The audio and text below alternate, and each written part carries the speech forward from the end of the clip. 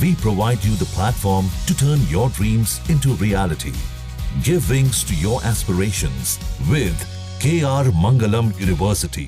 नमस्कार दोस्तों, हम देख रहे हैं जागरण जोश और मैं हूं आपके साथ सिमरन राजपाल। आज हम बात करेंगे एक ऐसे बड़े न्यूक्लियर डील की, एक बड़े विड्रॉल की और कैसे एक दूसरा मौका भी बॉम्ब्स की वजह से खत्म हो गया। ये कहानी है यूएस और ईरान के बीच की न्यूक्लियर डिप्लोमेसी की। चलिए जानते हैं इसकी पूरी कहानी। 2015 में प्रेसिडेंट बराक ओबामा के समय यूनाइटेड स्टेट्स और 5 दूसरे बड़े देश यूके, फ्रांस, रशिया, चाइना और जर्मनी ने ईरान के साथ joint comprehensive plan of action यानी कि JCPOA साइन किया। इस डील का मकसद था ईरान की न्यूक्लियर कैपेबिलिटीज को बहुत कम करना। बदले में उन पर से इंटरनेशनल सैंक्शंस हटाए गए। इस डील की कुछ मेन शर्तें ये थी। ईरान ने यूरेनियम एनरिचमेंट को 3.67 तक सीमित रखने पर अग्री किया, जो वेपन्स ग्रेड लेवल 90% से बहुत कम है, और अपने एनरिच्ड यूरेनियम स्टॉकपाइल को 10,000 kg से 300 kg तक कम किया।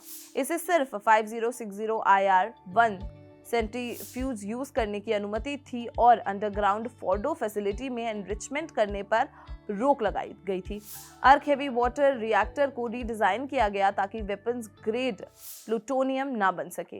कंपाइलेंस इंश्योर करने के लिए ईरान ने इंटरनेशनल एटॉमिक एनर्जी एजेंसी का एडिशनल प्रोटोकॉल एक्सेप्ट किया, जिससे इंस्पेक्टर्स को न्यूक्लियर साइट्स पर हर समय एक्सेस मिल गया। बदले में UN, EU और US ने न्यूक्लियर से जुड़े सैंक्शंस हटा दिए, जिससे ईरान के अरबों डॉलर्स के एसेट्स अनफ्रीज हुए और ग्लोबल ऑयल और फाइनेंस मार्केट्स तक उसकी पहुंच दोबारा खुल गई। JCPOA ने ईरान के ब्रेकआउट टाइम को यानी कि बॉम्ब ग्रेड मटेरियल बनाने के समय को कुछ महीने से कम 1 साल तक बढ़ा दिया। यूएस प्रेसिडेंट डोनाल्ड ट्रंप ने ऑफिशियली 8 मई 2018 को JCPOA से अमेरिका को बाहर किया।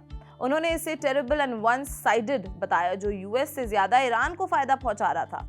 ट्रंप ने आर्गुमेंट किया कि एग्रीमेंट वर्स्ट एवर और डिफेक्टिव एट इट्स कोर था, क्योंकि इसमें सनसेट क्लॉजेस थे जो ईरान को बाद में बिना ओवरसाइट के एनरिचमेंट दोबारा शुरू करने की इजाजत देंगे, और ये deal ballistic missiles, regional behaviour या ईरान के मिलिटेंट प्रॉक्सीज के सपोर्ट को एड्रेस नहीं कर पाई।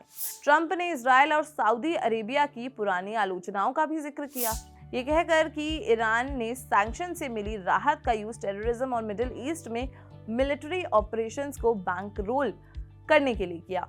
उन्होंने तब ईरान पर मैक्सिमम प्रेशर डालने का वादा किया, ईरान के ऑयल, बैंकिंग और शिपिंग इंडस्ट्रीज पर सैंक्शंस दोबारा लगाकर, ताकि ईरान एक ज्यादा कॉम्प्रिहेंसिव डील के लिए दोबारा नेगोशिएट करे। अब आते हैं 2025 में। ट्रंप, जो अब दूसरे टर्म के लिए ऑफिस में वापस आ चुके हैं, ने एक नया और ज्यादा सख्त न्यूक्लियर डील नेगोशिएट करने की इच्छा जाहिर करके सबको हैरान कर दिया है।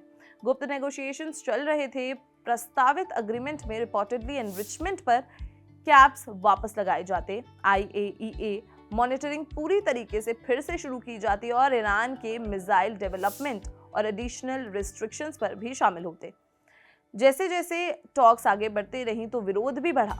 Israeli prime minister Benjamin Netanyahu, जो 30 साल से ज्यादा के समय से ये दावा कर रहे थे कि ईरान न्यूक्लियर बॉम्ब बनाने की रेस में है, ने वॉशिंगटन पर दबाव बढ़ाया। उन्होंने डिप्लोमेटिक ट्रैक को नेव बताया और वार्निंग दी कि ईरान अपने यूरेनियम स्टॉकपाइल को वेपनाइज करने से सिर्फ हफ्तों दूर है।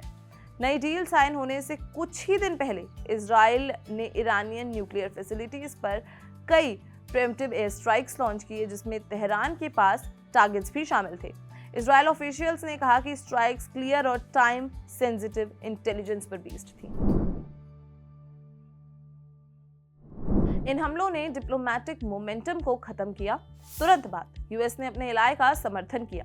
ट्रंप ने अपनी तरफ से प्रिसिजन एयर स्ट्राइक्स को ऑथराइज किया, जिनमें B-2 स्टेल्थ बॉम्बर्स और टॉमहॉक क्रूज मिसाइल्स ने ईरान के न्यूक्लियर साइट्स को डैमेज किया, जैसे कि फोर्डो, नांटेस और इफ्शान को निशाना बनाया। तो ये थी 2015 के ईरान न्यूक्लियर एग्रीमेंट ट्रंप के विड्रॉल और हाल ही के हमलों की कहानी, न्यूक्लियर डिप्लोमेसी के इस उतार चढ़ाव ने मिडिल ईस्ट में टेंशंस को बढ़ा दिया है। इस अग्रीमेंट पर आपका क्या कहना है कमेंट सेक्शन में जरूर बताएं, और अगर ये वीडियो पसंद आई हो तो इसे लाइक और शेयर करना बिल्कुल भी ना भूलें। और ऐसी ही और इन्फॉर्मेटिव वीडियोस के लिए देखते रहें जागरण जोश।